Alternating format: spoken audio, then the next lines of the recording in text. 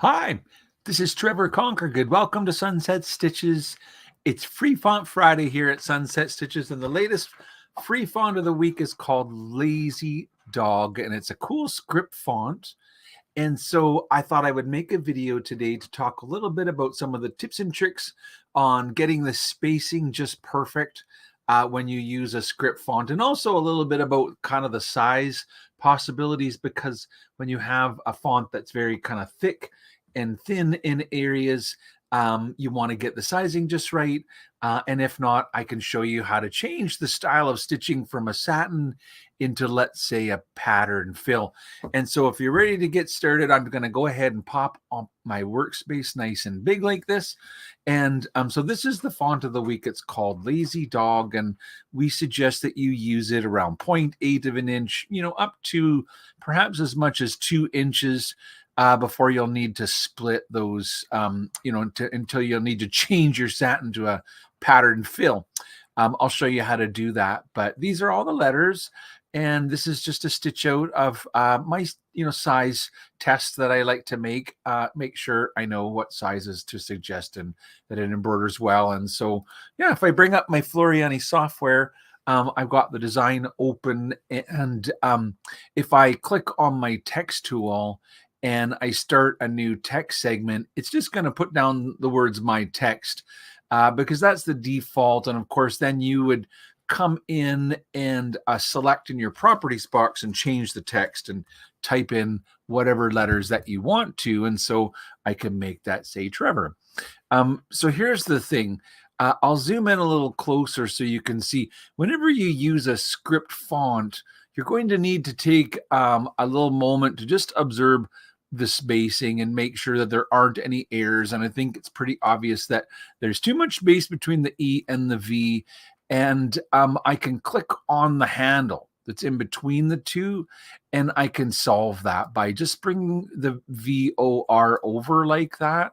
So basically these little handles that will appear kind of in between the letters like that, you'll know you're on the handle when it changes from a hand to a cross. See that? And then I know I'm on the little handle. But there's really two kinds of handles. So let me zoom in a little closer. Notice the blue handle is the one that's going to move the V and the O and the R together. And with a script font, I actually overlap them a little bit. It's totally fine to let the V sew over that part of the E like that. And for each letter, you can kind of decide how much of an overlap that you want on those little tails like that. So the other handle is the gold one. And notice that with the gold one, you can move the letter independently from the other letters. So if you wanted to, you could change the actual orientation of the letters by, picking them up and moving them away from the baseline. So each letter is able to be moved individually. You can also, while you have these letters selected, change their size. So there's handles to rotate them and size them. So I could make one letter, bigger or smaller than the rest.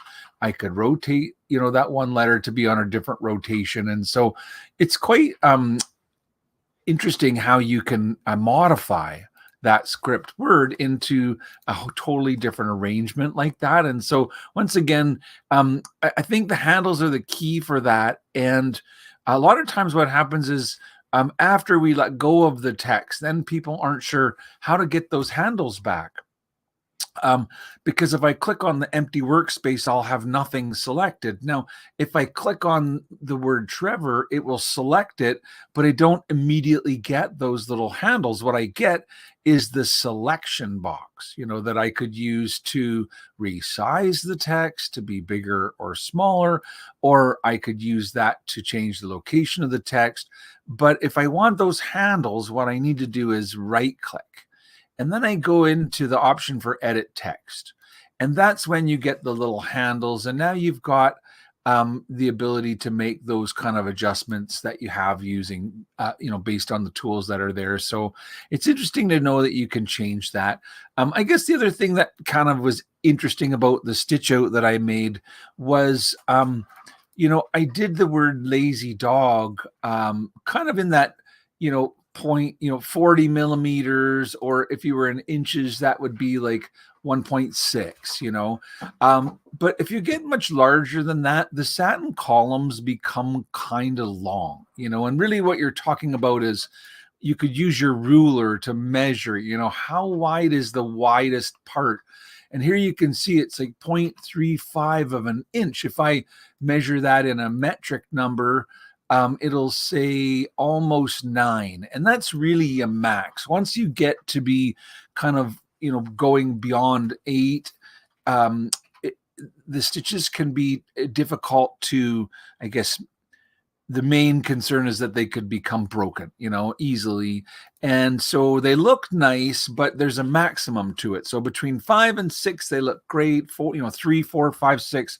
It's totally possible to make them to a maximum of 12, but really 10 is kind of my personal preference for the max. Okay. So once I get close to that 10, and what I'm saying is if you want to do it like the word sunset, where I've got it more like 60 millimeters tall, and clearly if you measure it on sunset across with your ruler, across the shape like this, you're getting into 11, 12 millimeters. And so this is where I'm saying you have other options. And for this font, I thought a nice smooth option would look good. And so what I chose was to use the purple star and just change it from a satin fill, that's the original option, to be one of the pattern fills. And that's what makes it. And, really now I think it's possible to use this font at almost any size. And so really the suggested size is simply meaning with the default settings with the satin stitch style. And so, yeah, you guys, it's Free Font Friday, which means we're celebrating the end of the week here at Sunset Stitches. We always release a free font every Friday afternoon. And for the week, you're welcome to come and download them live.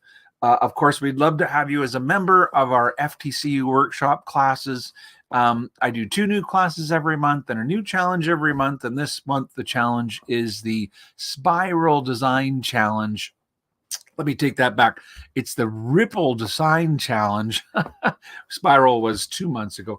Ripple is the latest one. And so our next classes are in August. And if you are a member, please note that I have updated the live events classes page. And so it's easy for you guys to get all the links to all the live classes and pre-register for everything up until December now. And so, yeah, anyway, that's it. That's the news for the week. Thank you so much for watching today's video. Until next time, have a great day and bye for now.